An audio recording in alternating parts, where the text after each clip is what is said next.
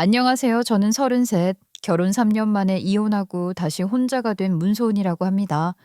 이렇게 일찍 이혼할 거면 왜 결혼하나 싶으실 수도 있어요. 근데 저는 이거 최대한 빨리 끊어내야 한다고 생각했거든요. 무슨 일이었냐면 사람들이 왜 가족끼리 돈거래하지 말라고 하는지 철저히 깨달은 사건이었습니다. 원래 친분 때문에 돈 빌려준 사람이 강경하게 돈 달라고 못 따지는 구조가 되는 거 아시죠? 그래서 빌린 사람이 잘해야 하는 건데 저희 신우는 그냥 완전 뻔뻔한 번데기 그 자체더라고요. 그래서 그냥 빠르게 손절해 버렸습니다. 그 속 시원한 이야기 들려드릴게요. 이런 말 좀 그렇지만 여러분께는 솔직히 말씀드릴게요. 저는 태어날 때부터 금수저를 물고 태어났어요. 부모님은 자영업으로 돈을 굉장히 잘 버셨고 그뿐만 아니라 관리하는 건물도 두세 채나 있으셨거든요. 그러니까 뭐가 부족하겠어요. 어릴 때부터 새학기만 되면 엄마가 이번엔 이 색이 유행이라더라 하면서 새 가방을 사주셨고 아버지는 운동화도 좋은 걸 신어야 발이 안 상한다 하시면서 매번 새 신발을 사주셨어요. 친구들이 부러워하는 시선이 익숙했죠. 그런데 웃긴 건 저는 철들 때까지 그게 그렇게 특별한 건 줄 몰랐어요. 그냥 세상 모든 집이 다 그런 줄 알았죠. 그런데 이제 그거 알죠. 그렇게 크면 나이 깨나 먹은 뒤에도 괜히 자신이 대단하다고 착각하는 사람이 많잖아요. 잘난 줄 알고 세상이 자기 위주로 돌아가는 줄 알고 말끝마다 우리 아빠가 우리 집이 하는 그런 사람들도 있다는 거요. 그런데 저는 달랐어요. 부모님이 저 어릴 때부터 그걸 철저히 잡으셨거든요. 사람을 무시하면 안 된다. 가진 게 많다고 잘난 게 아니야. 친구들이랑 싸우지 말고 사이좋게 지내야 해. 공부도 열심히 하고. 이런 말씀을 하루에도 몇 번씩 들었어요. 저희 집에선 밥상머리 교육이라는 게 진짜 있었거든요. 밥 한 숟갈 뜰 때마다 지금 먹는 쌀이 그냥 온 게 아니다. 농부들이 피땀 흘려서 만든 거다. 이런 말을 들으며 컸어요. 그땐 잔소리 같았지만 돌이켜보면 그게 저를 바르게 키워준 말이었어요. 부모님은 또 이런 말씀도 자주 하셨어요. 지금 주어진 것에 만족하고 살지 마라. 언제든 우리가 가진 걸 잃을 수도 있다는 걸 잊지 마라. 솔직히 말하면 그땐 그 말이 귀찮게 느껴졌어요. 저는 어린 마음에 왜 맨날 잃는 얘기를 하시지? 우리는 괜찮은데. 이랬거든요. 근데 그게 부모로서의 걱정이었던 걸 나중에야 알았어요. 그런 교육 덕분인지 저는 비교적 바르게 자랐어요. 남한테 함부로 대하지도 않았고 돈으로 뭔가 해결하려는 버릇도 없었어요. 근데 어린 시절이 그렇게 순탄하지만은 않았죠. 부잣집 자식이라면 한 번쯤 겪는 그거 주변의 시선이요. 우리 집이 잘 사는 걸 알고 의도적으로 저에게 다가오는 아이들이 있었어요. 겉으론 야, 우리 같이 놀자 하면서 웃는데 속으로는 다른 계산을 하고 있는 게 느껴졌어요. 점심시간에 일부러 제 옆자리에 와서 앉은 애가 있었어요. 야, 오늘 급식 진짜 왜 이래? 저딴 걸 누가 먹어? 우리 매점 가서 라면 먹을래? 그래, 가자. 오늘 메뉴 구려서 다 매점 가는 거 아니야? 빨리 가서 자리 잡자. 아, 근데 소은아, 나 이번 달 용돈 딸리는데 너가 사주면 안 돼? 너 돈 많잖아.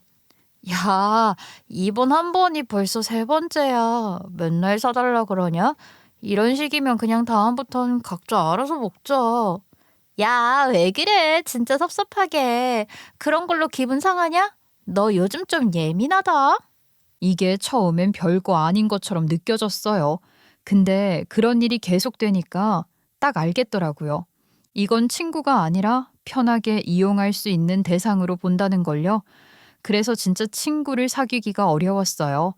겉으론 친한 척하지만 속으로는 이익 계산을 하는 사람들 사이에서 저는 점점 말수가 줄었어요. 그래도 당연히 그런 친구들만 있었던 건 아니고요. 그런 와중에도 좋은 친구들이 있었으니까 저는 학교 생활을 그럭저럭 재미있게 보낼 수 있었죠. 사실 고등학교 졸업을 하고 나서 바로 부모님 가게를 물려받거나 아니면 제 사업 하나 정도는 시작할 수도 있었어요. 하지만 저는 그게 싫었어요. 좀 더 공부하고 제 힘으로도 무언가 해보고 싶었거든요. 부모님도 오히려 제가 쉽게 가려고 하면 좀 실망하셨을 수도 있고요. 그래서 대학을 갔는데요. 부모님이야 등록금이니 생활비니 신경 쓰지 말라고 하셨지만 저는 왠지 대학생이 되면 꼭 아르바이트를 해봐야겠다 생각했거든요. 재수 없으시겠지만 그렇게 안 하면 제가 진짜 취업했을 때 귀하게만 자란 철없는 형님이 될 것 같았어요. 그래도 공부가 우선이니까 딱 용돈 벌 만큼만 짧게 하면서 엄마한테 용돈은 직접 벌겠다는 말을 꺼냈을 때 어머니가 눈을 동그랗게 뜨시더라고요. 그렇게 시작한 대학 생활은 생각보다 치열했어요. 수업 듣고 과제하고 주말에는 카페 알바를 했죠. 다른 애들이 놀 때 저는 커피 머신 닦고 설거지하며 살았네요. 대학 졸업하고 나서는 평범한 회사에 취업했어요. 처음으로 이름이 적힌 명함을 받았을 때 그 얇은 종이 한 장이 그렇게 뿌듯할 수가 없었어요. 사회의 쓴맛도 제대로 봤죠. 상사 눈치도 보고 실수하면 눈물도 삼키고 야근해서 준비한 프로젝트 깨지고 선배한테 혼나고 그러면서도 칭찬 한 번 들으면 그날 하루가 다 빛나던 시절이었어요. 그렇게 20대를 바쁘게 보내던 어느 날 친구가 전화를 걸었어요. 예소은아, 너 아직 남자친구 없지? 진짜 괜찮은 사람 있는데 한번 만나볼래? 나 소개팅 안 좋아하는데. 이 오빠 진짜 좋은 사람이야. 다른 애들이 다 소개시켜달라고 하는 거 내가 너 소개시켜주고 싶어서 다 거절했다니깐. 그 말에 솔깃해서 만나보기로 하긴 했는데 솔직히 기대는 안 했어요. 근데 막상 만나보니까 사람들이 왜 그렇게 소개시켜달라 했는지 알겠더라고요. 이야기를 나누는데 사람이 정말 수더분하고 좋은 거 있죠. 그 사람은 화려하진 않아도 깔끔한 셔츠에 오래된 시계를 차고 있었죠. 말투도 느릿하고 과하게 웃기려는 사람도 아니었어요. 근데 참 묘하게 사람 마음을 편하게 만드는 게 있었어요. 괜히 더 알고 싶어졌달까. 그래서 그날 밥을 다 먹고 나서도 헤어지기 아쉬워서 커피까지 마셨어요. 그렇게 연애가 시작됐어요.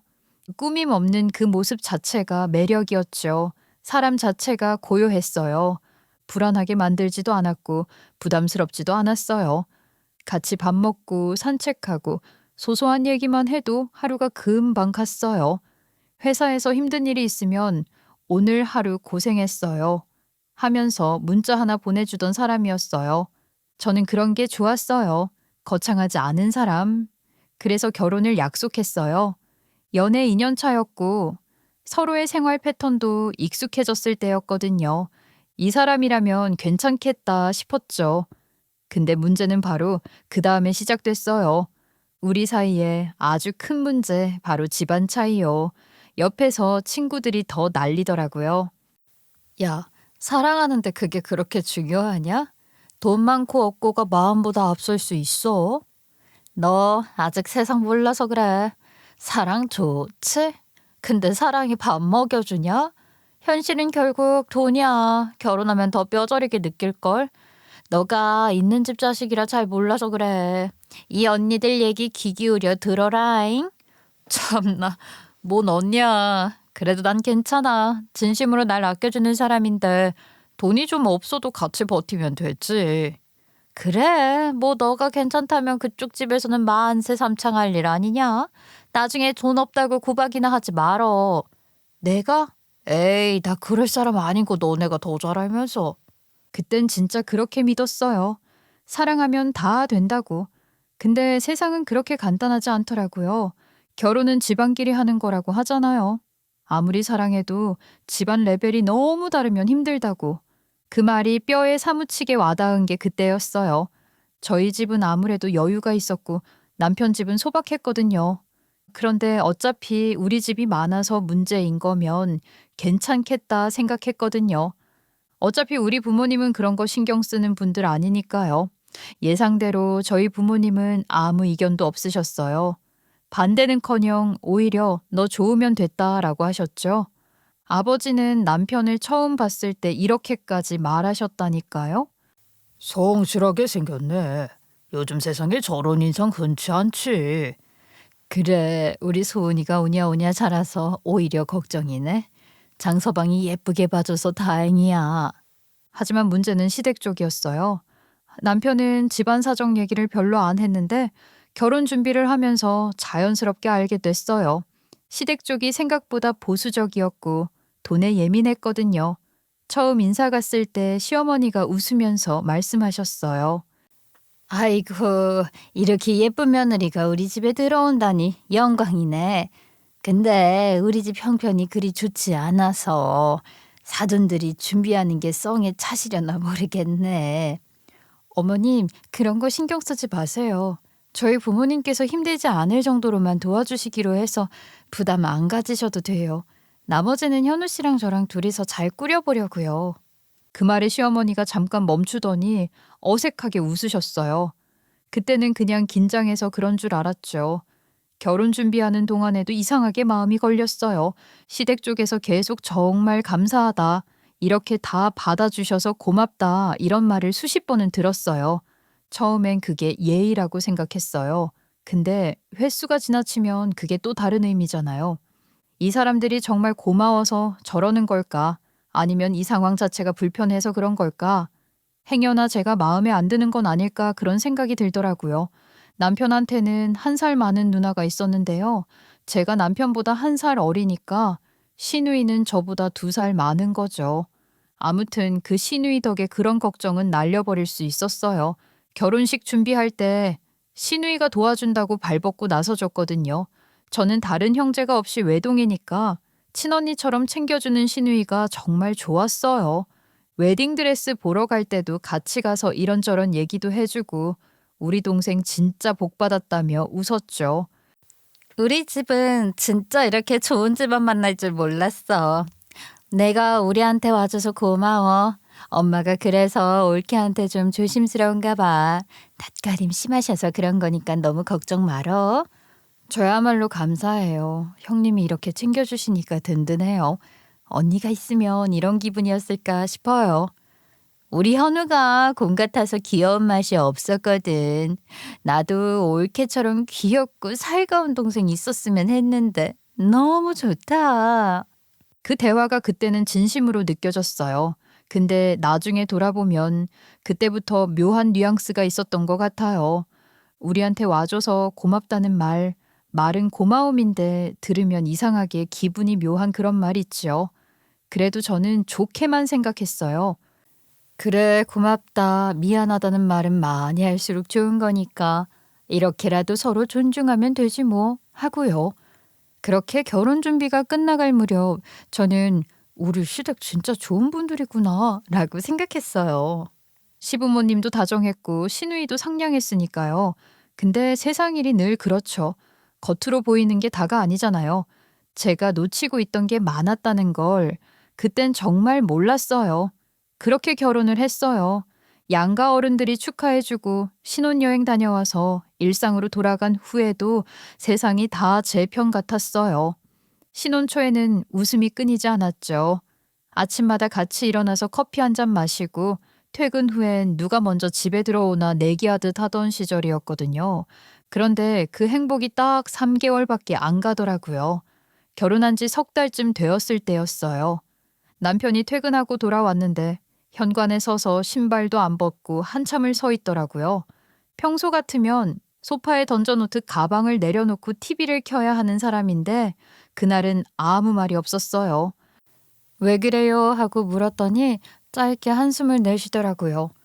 오늘 회사에서 구조조정을 발표했는데 리스트에 나도 있더라고. 미안하다, 소은아. 순간 땅 밑으로 꺼지는 기분이었어요. 그동안 그렇게 열심히 다녔는데 그게 하루아침에 이렇게 끝이라니. 회사 사정이 안 좋다느니 나라 경제가 어렵다느니 하는 말은 뉴스에서만 듣던 얘기였는데 그게 우리 집 얘기가 되어버리다니요. 저희는 지금 맞벌이를 해서 저축을 한창 해야 할 시기였잖아요. 저도 일을 하고 있는 입장이었지만 어쨌든 신혼이기도 하고 언젠가 우리에게는 아이도 생길 테니까 걱정이 되더라고요.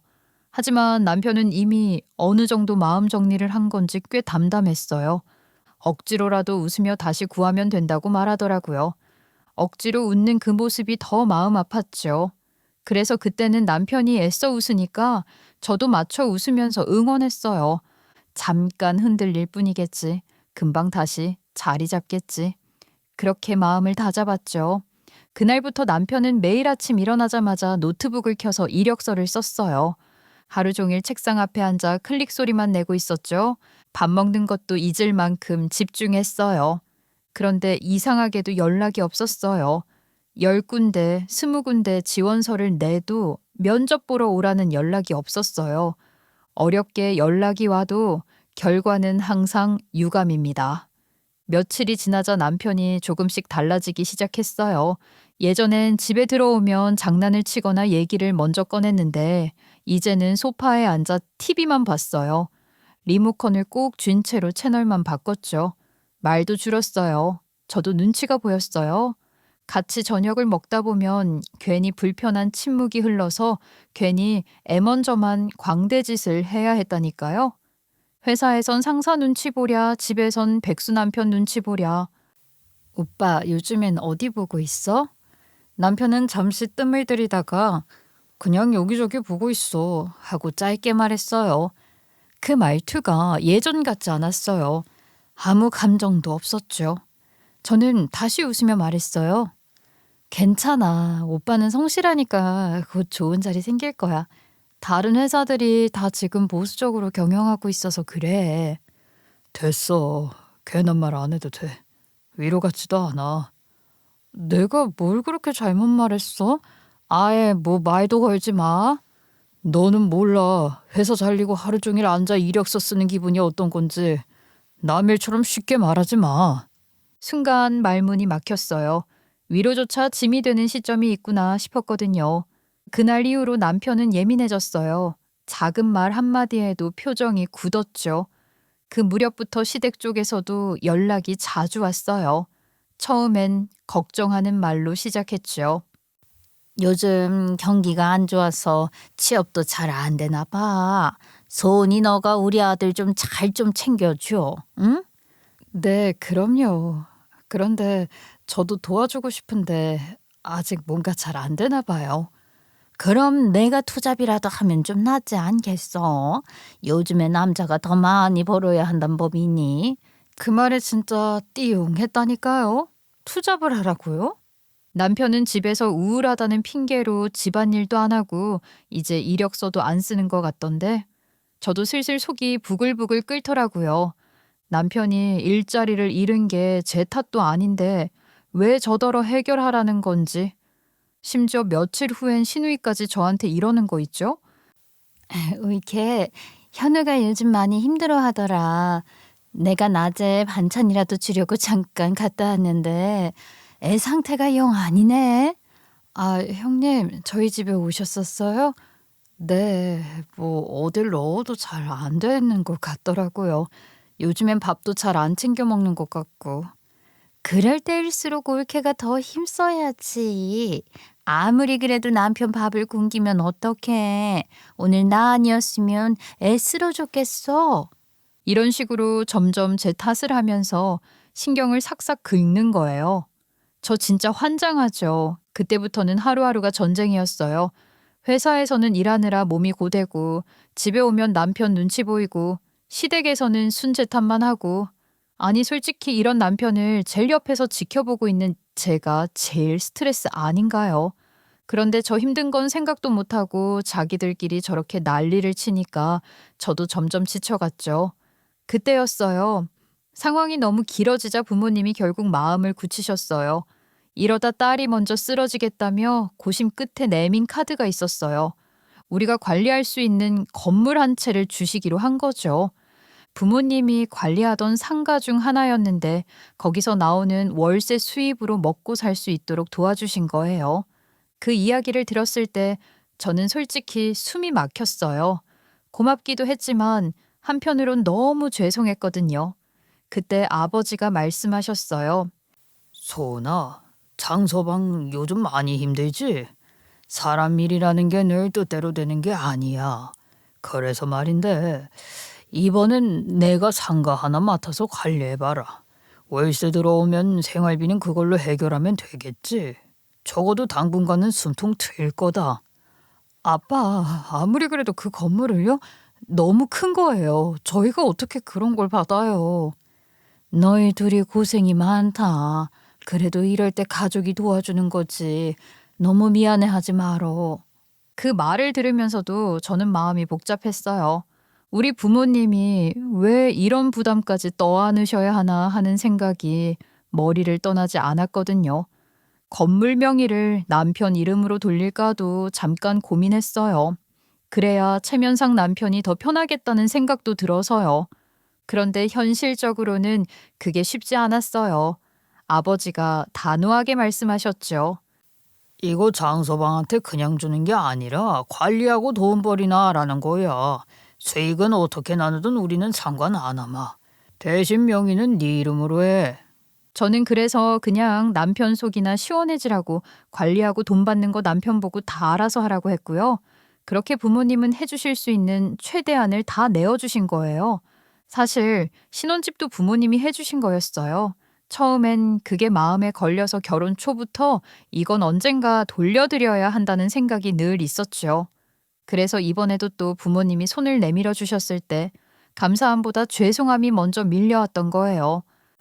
아빠, 엄마, 이렇게까지 안 해주셔도 돼요.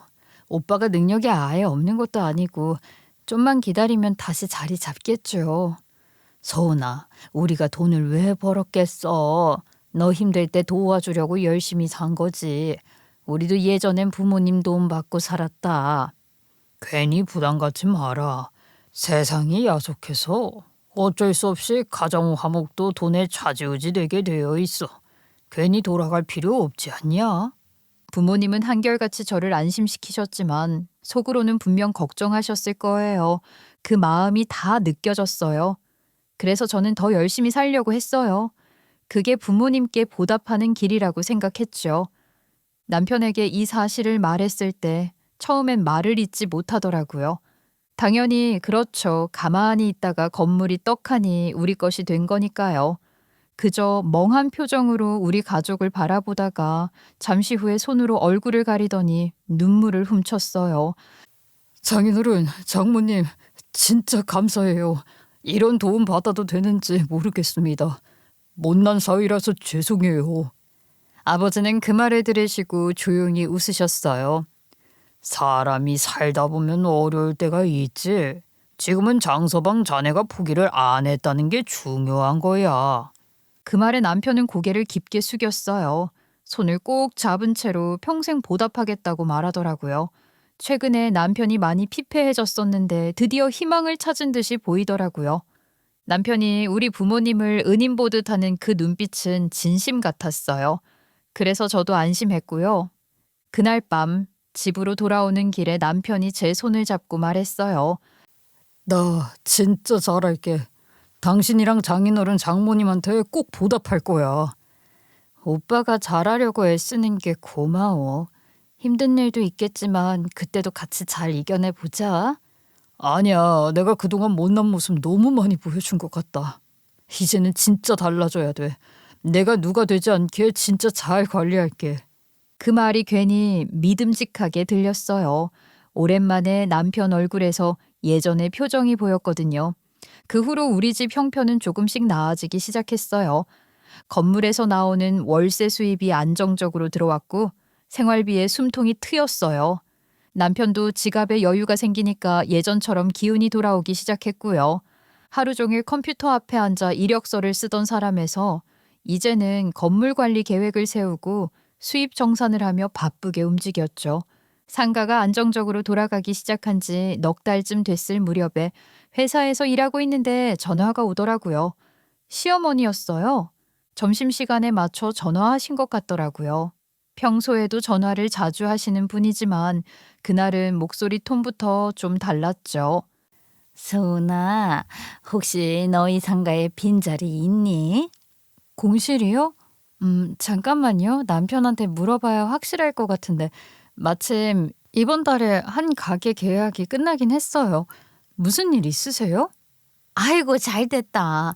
현지 가게 있잖니. 네 시누이 가게가 곧 계약 만료가 되는데 건물주가 이제 와서 월세를 올린다고 난리야. 근데 그러다가 얘기가 잘 안 됐나 봐. 결국 가게를 옮겨야 한대. 그래서 혹시 너희 상가에 자리가 있으면 좀 도와줄 수 있나 해서. 형님 운영하시는 가게가 분식집이니까 저희 난 공실이랑 크기 딱 맞을 것 같아요. 제가 오늘 남편이랑 얘기해보고 말씀드릴게요. 그럼 그래? 아유, 역시 소은이가 속이 깊어. 현지가 요즘 머리 아파하더라. 잘 좀 부탁한다. 전화를 끊고 나서 한참을 가만히 앉아 있었어요. 뭔가 마음 한쪽이 찜찜했거든요. 말투는 부탁이었지만 듣고 있자니 이미 결정된 얘기처럼 말씀하셔서요. 그래도 그때는 그 의미를 깊게 생각하지 않았어요. 그냥 가족이니까 도와주는 게 맞다고 생각했죠. 남편에게 그 얘기를 했더니 바로 고개를 끄덕였어요. 그래, 어떻게 딱 마침 그 자리가 났을 때 연락을 했지? 아직 다른 가게 임대 전이라서 괜찮을 거야. 다행이다. 그럼 당신이 형님이랑 얘기할래? 계약서 써야지. 아, 계약서? 그치. 근데 여보, 혹시 누나한테 월세 다 받아야 할까? 그래도 가족인데 다 받으면 좀 그렇지? 우리가 가능한 잘 봐드리자. 당신 생각은 어때? 나야 무조건 찬성이지. 고마워, 여보. 그 말 한마디로 일이 순식간에 진행됐어요. 시누이 가게는 며칠 만에 우리 상가로 옮겨왔죠. 분식집이라 공간이 많이 필요하지도 않았고 1층 한 켠이면 딱 알맞았어요. 가게 문을 여는 날 시누이가 제게 손을 꼭 잡으며 말하더라고요. 아유, 올케 진짜 고마워. 나도 운이 참 좋았다. 이렇게 좋은 자리가 나 있을 줄 몰랐네. 흔쾌히 내어줘서 고마워. 형님, 가족이잖아요. 어려울 땐 서로 돕는 거죠.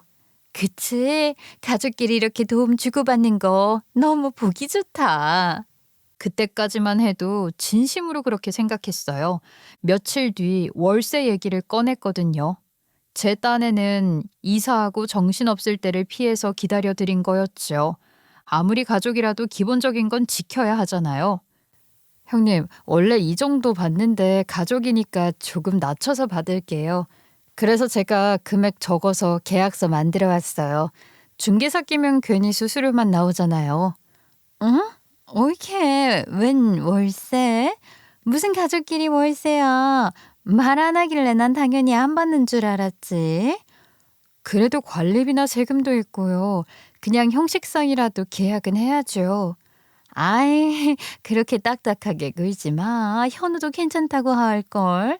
허락했으면 된 거지. 그 말에 잠깐 할 말을 잃었어요. 웃으며 넘어갈까 하다가도 이렇게까지 말하는데 저렇게 우기는 게 답답하더라고요. 그래도 꾹 참고 저는 최대한 부드럽게 말했어요. 형님, 저도 그렇지만 부모님이 이 건물 주신 건 운영하라고 맡기신 거예요. 제가 가족끼리 정없게 하자는 게 아니라 서로 깔끔하게 해야 나중에 말이 안 나오잖아요. 제가 시세보다 훨씬 낮춰드렸으니까 이건 약속이라고 생각해 주시면 좋겠어요. 신우이는 잠시 말을 잇지 못하다가 억지 웃음을 지었어요. 그래, 알겠어. 그렇게 하자. 가족끼리 돈 얘기하긴 좀 그렇지만 올케가 그렇다면 뭐. 그 말이 어쩐지 찝찝했어요. 표정은 웃고 있었는데 눈빛은 딱딱하게 굳어 있었거든요. 그런데 한 달이 지나고 두 달이 지나도 형님 가게에서 월세가 안 들어왔어요. 처음 한 달은 그냥 그러려니 했어요. 가게 오픈하느라 정신이 없었을 거라 생각했죠. 형님이야 워낙 일 욕심 많은 분이니까 일하시다가 깜빡해서 월세 날짜가 조금 늦을 수도 있겠다 싶었죠. 그런데 두 달째가 지나도 아무 말이 없는 거예요. 문자 한 통, 통장 알림 하나 없었죠. 저는 그때까지만 해도 좀만 더 기다려보자 했거든요. 그런데 세 달이 지나도록 그대로였어요. 계산기를 두드릴 때마다 속이 바짝바짝 타들어갔어요. 그 사이에 다른 세입자들은 제때 입금했거든요. 형님, 입주하신 지 세 달째네요. 장사는 좀 괜찮으세요? 아, 왜 이렇게 여기 모기 참 좋다. 전에 있던 곳보다 손님 많이 받은 것 같아. 그래요? 잘 되신다니 정말 다행이에요. 저 형님, 다름이 아니라 제가 확인해 보니까 월세 입금이 한 번도 안 들어왔더라고요. 확인 한번 해주실 수 있을까요? 어머, 내 정신 좀 봐. 내가 이사하고 자리 잡느라 정신이 하나도 없었네. 미안해. 금방 입금할게. 그 한마디에 또 한 달을 기다렸어요. 그런데 또 그 다음 달도 아무 소식이 없었죠. 5달, 6달이 넘어가니까 이건 까먹은 게 아니라 버티는 거다 싶었어요. 건물 수익 구조가 구멍 나기 시작하면 다른 세입자 관리까지 꼬이거든요. 그런데 그 후로는 제 문자에 답도 없고 전화도 안 받으시더라고요. 그날 밤 결국 남편 딱 앉혀놓고 얘기했어요. 오빠, 형님 가게 월세가 벌써 6달째 밀렸어. 이대로 두면 건물 운영에 문제 생겨. 오빠가 말씀 좀 드려봐. 응? 조금 늦을 수도 있지. 장사라는 게 원래 그런 거잖아. 한두 달이 아니라 6달이라고? 이게 좀 늦는 거야? 아예 안 낼 생각이신 것 같다니까? 그래도 누나 힘든데 좀 기다려주면 안 돼? 자그마치 반년을 기다려드렸는데 뭘 더 기다리라는 거야. 다른 상가였으면 벌써 쫓겨났어. 그런데요. 참나. 남편이 그때 뭘 했는지 아세요? 고개를 들더니 흥 하고 콧방귀를 뀌는 거예요. 절 비웃듯이요. 그럼 당신이 해보든가. 누나한테 나가라고 해보라고. 당신은 우리 누나 성격 알잖아. 보통 아니야. 감당할 수 있겠어? 한번 해보든가. 제가 지금 제대로 들은 게 맞나 싶더라니까요. 제가 알던 남편이 아니었어요. 남편 얼굴을 보는데 매일같이 보던 그 얼굴이 엄청 낯설게 느껴지더라고요. 앞으로 이 사람을 믿을 수 있을까? 그리고 지금 내가 못할 것 같아서 저딴 말을 하나? 여러 가지 생각이 저를 뒤덮었죠. 당신은 진짜 피곤하게 산다. 가족끼리 그런 걸로 뭐라 하는 거 웃기지 않아? 당신 지금 내 부모님이 주신 건물로 먹고 사는 거 알지? 당신이 그런 말 할 처지야? 내가 그런 뜻으로 말한 거 아니잖아.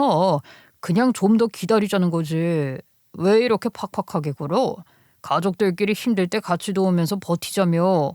그제서야 알겠더라고요. 신우가 월세를 내지 않고 뻗대는 거. 그리고 남편이 이렇게 기고만장하게 행동을 하는 게 가족이라는 이름의 가면을 뒤집어 쓰고 그러는 거였다는 걸요. 그동안 저랑 저희 부모님이 가족이라며 봐줬던 게 이렇게 돌아온 거예요. 그래서 전 한동안 생각을 하다가 마침내 웃으면서 대답했죠. 그래, 좋아. 가족이라는 이유로 이렇게 막 해도 되는 거라면 그럼 이제 가족 아닌 걸로 하자. 뭐라고?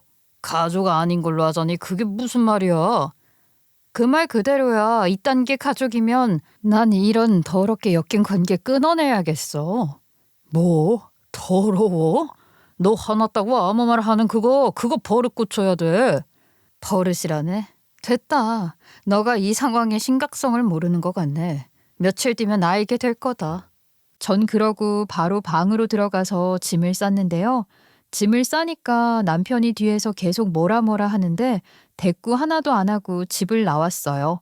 그러고 친정으로 향했죠. 친정에 도착했을 때 부모님 얼굴을 보는 순간 숨이 턱 막혔어요. 저는 억지로라도 침착한 척했지만 목소리가 자꾸 흔들렸어요. 그동안 참고 있던 일들을 하나하나 꺼내서 말했지요. 상가 얘기부터 월세 미납, 남편의 태도까지 아버지는 말 한마디 없이 듣고만 계셨어요. 그러다 컵을 탁 내려놓으시더니 얼굴빛이 완전히 달라지셨죠. 장서방, 이 고얀. 우리가 그러라고 건물 넘겨줬어? 소은이 너는 왜 이제야 말했어? 6달을 그렇게 당하고 있었단 말이야? 괜히 걱정하실까 봐요. 다음 달은 주겠지 생각하면서 기다리다 보니까 벌써 이렇게 됐네요. 어떻게든 잘 풀릴 줄 알았어요. 그날 저녁 부모님은 바로 행동에 나섰어요. 엄마는 휴대폰을 꺼내 변호사 연락처를 찾으셨고 아빠는 노트를 펴서 무언가 적기 시작하셨어요. 그 모습이 낯설 정도로 단호하시더라고요. 며칠 뒤 저는 부모님과 상의 끝에 변호사를 선임했어요. 전화로 사무실 상담을 예약하고 필요한 서류를 전부 챙겼어요. 남편은 그 사이 단 한 번도 연락이 없었어요. 그게 오히려 좋았어요. 조용히 움직이기엔 이게 더 편했죠. 그날 아침 저는 변호사님과 함께 신우이 가게로 향했어요. 상가 1층 붉은 간판 위로 정인의 분식이라는 글자가 아직 반짝이더라고요. 가게 문을 열자 튀김 냄새가 확 올라왔어요. 형님은 튀김 집게를 들고 있다가 제 옆에 선 변호사를 보더니 눈이 동그래졌어요. 어머, 올케, 웬일이야? 옆에 계신 분은 누구셔? 무슨 일이긴요. 당연히 월세 때문이죠. 이분은 제 변호사님이세요. 같이 이야기 좀 나눠야 될 것 같아서요. 뭐? 월세? 아유, 내가 준다고 했잖아. 뭔 변호사까지 대동해서 일을 키워. 가족끼리 이렇게까지 해야 돼? 가족끼리라서 지금까지 참은 거예요. 그런데 이제는 가족으로 안 보이네요. 신우이는 제 옆에 같이 온 변호사를 보고 당황한 기색을 숨기지 못하더라고요. 당연히 당황스러울 수밖에 없었겠죠. 제가 6개월이나 기다려줬으니 앞으로도 더 강경하게 나오진 못할 거라고 생각했을 거예요. 제 남편이랑 똑같이요. 그러니 제가 변호사를 데리고 올 줄은 당연히 예상도 못했겠죠. 그리고 제가 변호사를 데리고 온 이유는 정식적으로 임차 계약서를 작성하고 밀린 월세를 따블로 받아내기 위해서였어요. 사실 이런저런 절차 같은 거 다 생략하고 장사를 할 수 있게 해줬던 거였거든요. 가족이었으니까요. 변호사님은 가방에서 준비해온 서류를 꺼내 신우이에게 넘겼어요. 이건 정식 임대차 계약서 초안입니다. 지금까지의 미납 내역과 함께 검토해 주시죠. 아니, 이건 좀 너무한 거 아니야? 장사하는 데 와서 이게 무슨 짓이야? 이 건물 현우가 관리하는 거라며 현우랑 얘기된 거 맞아? 형님이 진작에 제 연락 잘 받고 월세 주셨으면 저도 이렇게까진 안 했죠. 너무한 게 과연 저일까요? 신우이는 한참 동안 아무 말이 없었어요. 손에 들고 있던 집게를 내려놓고 머리를 한번 쓸어 넘겼죠. 아유, 올케. 아무리 그래도 이건 좀 아니지 않니? 그래도 가족끼리 이렇게까지는 안 하지. 네, 맞아요. 남이면 이렇게까지 안 하죠. 가족이니까 6달이나 봐드린 거예요. 나도 여유 있으면 벌써 냈지. 요즘 장사 죽쓰잖아. 형님 가게 점심때 줄 서는 거 저도 봤어요. 장사 안 되는 집 아니잖아요. 그동안 제가 얼마나 참고 있었는지 아세요? 변호사가 시계를 보며 말했어요. 오늘 이후로는 법적으로 조치 들어갈 예정입니다.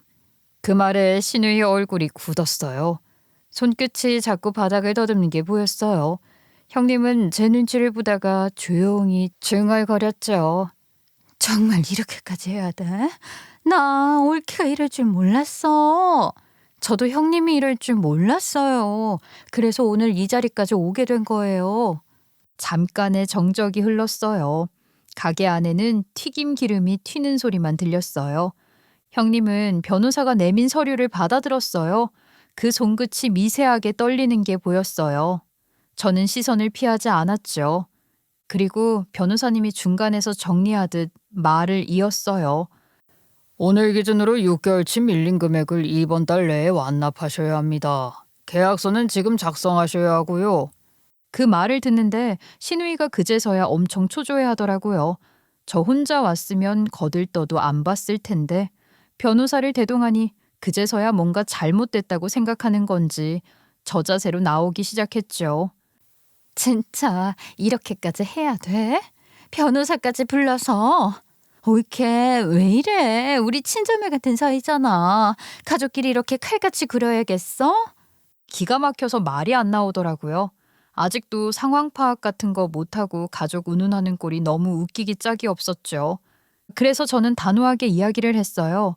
상황 파악이 안 되는 모양이라 다시 짚어줘야겠더라고요. 형님, 저 이제 이혼할 거예요. 이혼하게 되면 우리는 더 이상 가족관계를 엮인 사람 아닌 건 아시죠? 그 말에 신우이는 순간 고개를 들더니 멍하니 절 봤어요. 뭐라고? 갑자기 그게 무슨 말이야? 그리고 혹시 모르셨을 수도 있는데 이 상가 명의는 제 이름이에요. 부모님이 남편 명의로 해주시려다 제 명의로 바꾸셨거든요. 그러니까 저는 세입자에게 월세를 받을 권리가 있는 사람이에요. 계약 안 지키면 쫓아낼 권리도 있는 사람이고요. 형님이 그놈의 가족 하시면서 월세 안 내고 뻐기신 거면 제가 이제 가족 안 하면 되는 거잖아요. 그쵸? 그 말에 신우이가 시선을 피했어요. 저는 아랑곳 않고 봉투를 꺼내 계산서를 꺼냈어요. 흰 종이에 숫자들이 또렷하게 찍혀 있었어요. 6개월 밀린 월세 그리고 이자까지 계산한 금액이요. 그 순간 궁지에 몰린 신우이가 시무랑 남편한테 말하겠다고 소리를 지르지 뭐예요. 전 코웃음 치면서 시어머니에게 전화를 거는 신우이를 뚫어져라 쳐다만 봤습니다. 엄마, 소은이가 변호사 데리고 왔어. 나 협박해. 지금 가게에 와봐. 그 말을 듣고 있자니 웃음이 났어요. 그래 다 불러라 싶었죠. 일을 크게 벌릴 수 있는 기회인데 마다할 필요가 없잖아요. 제가 말리지 않자 신우는 진짜로 시모와 남편에게 연락을 했고 얼마 지나지 않아 문이 쾅하고 열리며 시어머니가 들어왔어요. 동네 창피하게 이게 무슨 꼴이야. 며느리가 신우이 가게에 변호사를 끌고 와. 사람들 다 보는데 창피하지도 않아. 어머님, 창피한 건 제가 아니라 6달 밀린 쪽이죠. 불만이 있으면 자세한 얘기는 저희 변호사님 통해서 해주시겠어요? 그 말에 신우도 시무도 얼굴이 울그락불그락 난리 나더라고요. 그리고 바로 뒤에서 남편이 들어왔어요. 문을 3개 닫더니 제 쪽으로 걸어왔죠. 당신 지금 뭐 하는 거야? 며칠 집 나가 있더니 미쳤어? 뭔 일을 이렇게까지 해야 해? 미쳤냐고? 변호사님, 이거 인격모독으로 신고 불가능한가요? 네 누나가 못 낼 것 같으면 당신이 대출받아서라도 갚아. 그러자 남편 입을 딱 다물더라고요. 변호사가 조용히 앞으로 나왔어요. 정리드리겠습니다. 6달 밀린 월세야 이자 이번 달 안에 납부되지 않으면 법적으로 조치가 진행될 겁니다. 가능한 원만히 돈 지불하고 정리하시죠. 신우이는 아무 말도 못했어요. 고개만 숙이고 있었죠. 시어머니는 뒷목을 잡고 쓰러지는 신용을 하고 남편은 이제 얼굴도 보기 싫었네요. 그렇게 변호사님이랑 같이 신우이 가게를 나왔습니다. 나올 때까지 무진장 단호한 태도로 월세 내라고 2사람한테까지 고지를 다시 한번 때렸고요. 그 후로는 뒤도 안 돌아보고 유유자적 갈 길을 갔습니다. 그래서 결국 어떻게 되었냐고요? 우선 남편이랑 이혼은 했어요. 말 그대로 딱 그거예요. 종이 몇 장 도장 찍고 그냥 끝. 근데 그 과정이 참 웃겨요. 처음에는 남편이 제 앞에 앉아서 진짜 눈물까지 글썽이면서 애걸복걸을 했거든요. 마치 그동안 했던 짓이 전부 잠깐의 실수였다는 듯이요. 잘못했어. 내가 잠깐 정신이 어떻게 됐던 것 같아. 진짜 이런 일을 안 만들게. 나 한 번만 용서해주면 안 돼? 그런데 그 말을 듣는데 너무 어이가 없더라고요. 진작에 이랬으면 내가 이혼 서류를 내밀 일도 없었을 텐데 꼭 일이 이렇게 다 터지고 나서야 정신이 드는 척을 하는 거예요. 손으로 제 손을 잡고 고개를 숙이고 콧물 눈물 다 섞인 얼굴로 울먹이는데 그게 감동적이진 않고 그냥 불쌍하더라고요. 저는 아무 말도 안 했어요. 이미 마음이 다 닫혀 있었으니까요. 그 사람이 어떤 말을 하든 이미 다 늦었는데 그것도 모르고 계속 말을 이어가더라고요. 내가 당신 힘든 건 몰랐어. 진짜 몰랐어. 내가 잘못했어. 장모님 장인어른한테도 누나한테도 다 제대로 사과할게. 다시는 이런 일 안 만들게. 하지만 전 그런 말들이 반복될수록 오히려 마음이 더 차가워졌어요. 진심이 느껴지지 않았거든요. 그냥 위기 모면하려는 사람처럼 보일 뿐이었죠. 전 남편이 진심이든 뭐든 더 이상 감정 낭비하기 싫었어요. 이제 와서 그러면 뭐해. 애 진작에 잘하지. 당신 이러는 거 보니까 더 정 떨어진다. 얼른 사인이나 해. 그 한마디에 남편이 멍하니 절 보더라고요. 그리곤 고개를 내려 책상 위에 서류만 보더니 그제야 펜을 들더라고요. 사인하는 손끝이 미세하게 떨렸어요. 그 소리만 유난히 또렷했어요. 도장 찍힌 종이를 들고 나오는데 바람이 세게 불었어요. 종이가 바스락거렸죠. 이상하게 그 소리가 그렇게 후련하게 들릴 수가 없었어요. 그렇게 이혼이 끝나고 저는 바로 남편 대신 신우이에게 연락을 넣었죠. 이혼을 했지만 그게 끝이 아니죠. 밀린 월세와 이자 정산권이 남아 있었거든요. 변호사 사무실을 통해 서류를 보냈어요. 며칠 후 통장에 입금 알림이 떴어요. 6달치 밀린 월세에 계산된 이자까지 딱 맞게요. 돈이 들어왔다는 그 한 줄 문자 알림을 보고 나서 그제야 모든 게 끝났다는 실감이 들었어요. 그날 오후에는 신우이한테 전화가 왔어요. 번호를 보자마자 한참을 고민하다 받았죠. 소은아, 꼭 이렇게까지 했어야 했니? 정말 독하다 너. 고작 그런 말 하려고 연락하신 거예요? 이렇게까지 했어야 했냐고 하기 전에 이렇게까지 나올 짓을 안 했으면 됐잖아요. 그 말에 잠시 침묵이 흘렀어요. 딱히 할 말이 있던 것도 아니고 자기 속상하다고 말하고 싶어서 전화를 했는지 제가 한 말에 입을 딱 다물더라고요. 이러니 제가 안 비웃고 배겨요. 저도 모르게 피식 웃음이 나오더라고요. 제가 더 말하지 않으면 계속 그러고 있을 것 같길래 제가 덧붙이고 끝내드렸습니다. 가족이니까 봐준 거예요. 근데 그걸 당연하게 생각하셨잖아요. 이제 남이니까 이런 전화도 마시고요. 서로 깔끔하게 갑시다. 끝이에요.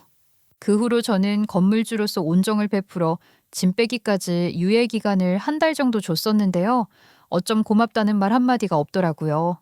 그래도 저는 끝까지 예의는 지켰어요. 사람이면 마지막까지 기다릴 줄도 알아야지. 그런 마음으로 1달을 줬어요.